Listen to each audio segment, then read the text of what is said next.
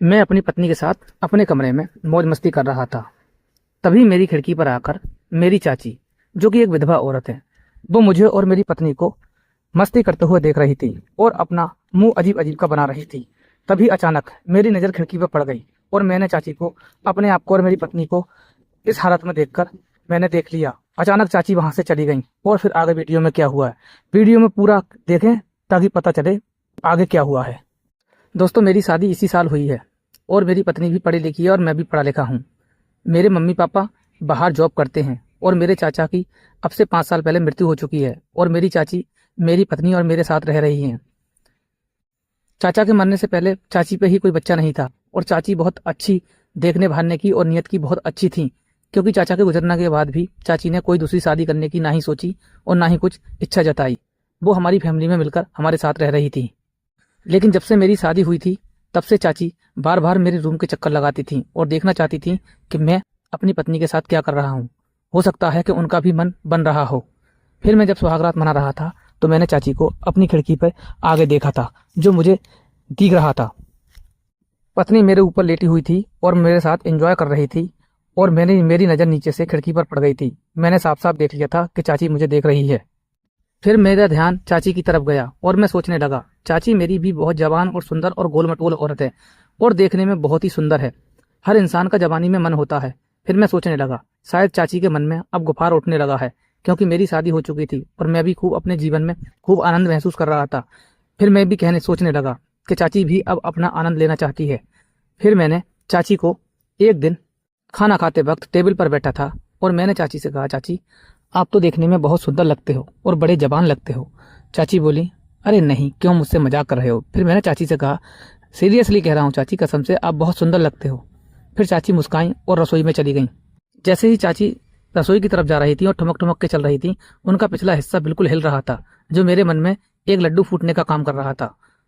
मैं समझने लगा था, चाची जो है मेरे ऊपर अट्रैक्ट कर रही हैं और चाहती हैं कि मैं चाची से बात करूं और रोमांटिक बातें करूं, क्योंकि कोई भी स्त्री अगर इस तरीके की हरकत एक जवान लड़के के साथ में करती है तो उसका एक ही मतलब बनता है कि वो औरत उस लड़के पर आकर्षित है। फिर मैंने भी चाची की तरफ अपना आकर्षण बनाना शुरू कर दिया था। शादी के बाद मेरी पत्नी अपने मैके चली गई थी और सीधी सी बात है, 10 से 15 दिन में, पहली शादी के बाद दोबारा जब लाते हैं तो 10 से 15 दिन लग जाते हैं। और मैं अपने घर था, मैं बाथरूम में जाकर नहा रहा था और मैंने गेट खोलकर नहा रहा था और चाची रसोई में खाना बना रही थी। फिर मैंने एक आवाज़ लगाई, चाची मेरी कमर पे बहुत ज़्यादा मैल है, क्या मेरी कमर को साफ कर सकते हो। फिर चाची रसोई में गैस बंद कर बाथरूम में आ गई और कहने लगी, हाँ हाँ क्यों नहीं, मैं तुम्हारे बदन को अच्छे से साफ मसल दूंगी। फिर मैंने चाची से कहा, चाची आप जिस हिसाब से मेरी पीठ को रगड़ रहे हो मुझे बहुत अच्छा महसूस हो रहा है, आपके तो हाथ भी बहुत गुदगुदे हैं और सॉफ्ट सॉफ्ट हैं। फिर चाची कहने लगी, हाँ हाँ हाँ, मुझे भी बहुत अच्छा लग रहा है तुम्हारी कमर को साफ करते हुए और मुझे आनंद महसूस हो रहा है। और चाची अजीब अजीब तरह का मुंह बनाने लगी थी, जैसे कुछ उनके चुभ रहा हो और मीठा मीठा कुछ लग रहा हो। कमर मसलते मसलते चाची कहने लगी, हमारे जीवन में ये सुख नहीं है, क्योंकि हमें जिस समय ये सुख मिलना था हमारे पति का साया हमारे सर से उठ गया। फिर मैं भी थोड़ा भावुक हो गया था और चाची से मैंने गले को लगा लिया और कहने लगा, चाची ऐसी कोई बात नहीं है, मैं तुम्हें चाचा तो नहीं हूँ, आपका पति तो नहीं हूँ, लेकिन अगर तुम चाहो तो मैं तुम्हारी हर कमी को पूरा कर सकता हूँ। चाची फिर कहने लगी, अच्छा तुम मेरे पति की कमी पूरी कर सकते हो। फिर मैंने हंस के कहा, हाँ मैं तुम्हारी हर कमी को पूरा कर सकता हूँ। फिर चाची मेरे गले से चिपक गई और हम दोनों में मीठी मीठी बातें हुई और चाची खुश होकर बाथरूम से बाहर आ गई और आकर मैंने टेबल पर बैठ गया। टेबल पर बैठने के बाद चाची अंदर से गरम गरम खाना लेकर आई और मुझे खाना खिलाकर महसूस कर रही थी कि बहुत अच्छा हुआ। फिर मैंने चाची से कहा, चाची आपको कैसा लगा मेरे से चिपकने के बाद, क्या तुम्हें अभी भी चाचा की कमी महसूस होती है। फिर चाची ने कहा, नहीं मुझे कोई भी कमी तुम्हारे चाचा की महसूस नहीं हो रही है, बल्कि मैं तुमसे ज़्यादा खुश रहती हूँ। फिर चाची मेरे से कहने लगी कि एक बात का हमेशा ध्यान रखना, ये बात घर में किसी को पता नहीं चलना चाहिए, ना ही तुम्हारे पापा को और ना ही तुम्हारी पत्नी को। देखो तुम्हारे सहारे से मेरी भी ज़िंदगी पूरी कट जाएगी, क्योंकि मैं भी तुम में काफ़ी इंटरेस्ट लेती हूँ और तुम्हारी भी इंटरेस्ट बहुत अच्छा है मेरे अंदर। फिर मैंने चाची से कहा, चाची जो सुंदरता तुम्हारी है वो शायद मेरी पत्नी की नहीं है। मेरी पत्नी एक सूखी सुखाई सी औरत है जिसमें मुझे बिल्कुल भी इंटरेस्ट नहीं आता है। और बात रही शादी की, शादी मैंने अपनी मर्जी से नहीं की है, शादी तो पापा ने और मम्मी ने लालच में की है, क्योंकि उन्हें ज़्यादा दौलत चाहिए थी और बात रही इंटरेस्ट की, तो आप तो बिल्कुल देखने में गोल मटोल लगते हो और आप में ज़्यादा इंटरेस्ट आता है।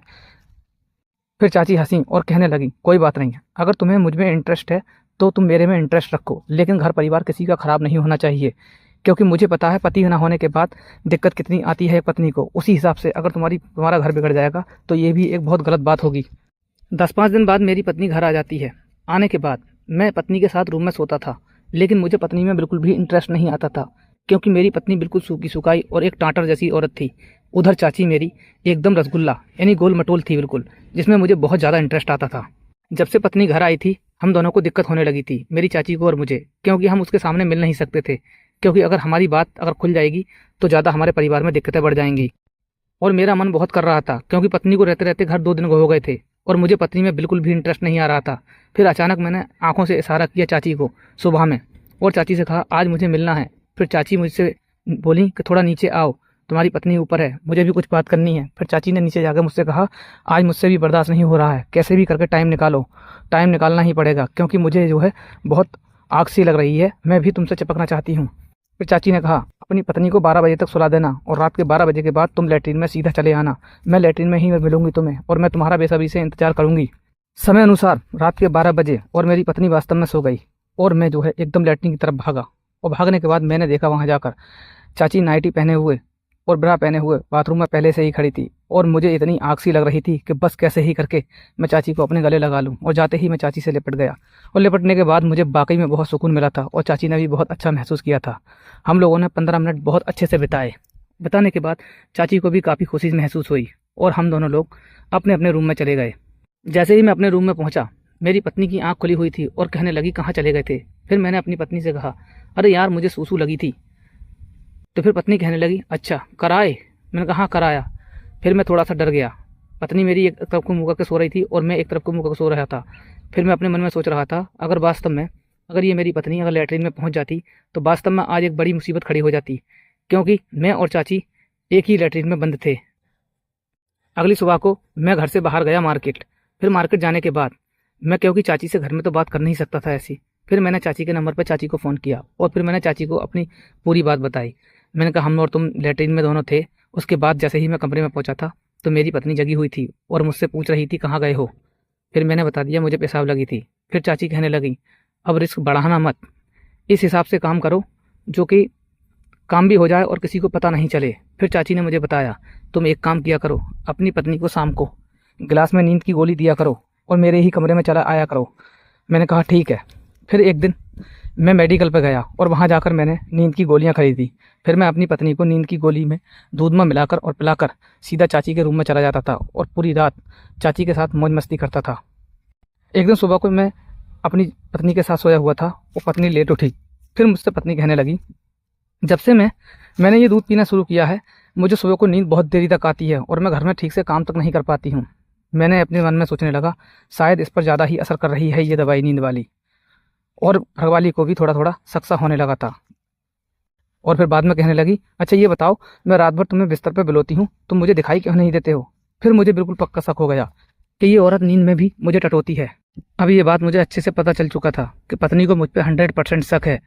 एक दिन मैंने शाम के टाइम में एक गिलास में दूध में नशे की गोली मिलाकर और उसे पिलाने की कोशिश की। फिर वो कहने लगी कि मेरी आज तबीयत ठीक नहीं है, मैं आधे घंटे के बाद ये दूध पी लूँगी। मैंने कहा ठीक है। फिर मैं कमरे से बाहर आ गया। बाहर आने के बाद थोड़ी देर टहल के फिर मैं कमरे में गया। मैंने देखा गिलास के अंदर दूध नहीं था।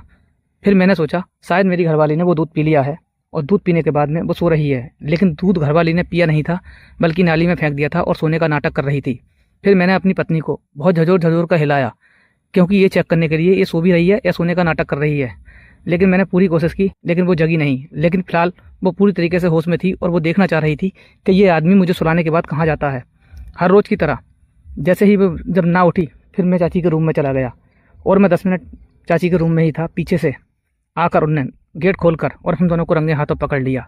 पकड़ने के बाद फिर मेरी पत्नी ने मुझे छोड़ दिया और छोड़ने के बाद हम दोनों अलग अलग हो गए। फिर ये बात सब घर वालों को पता चला।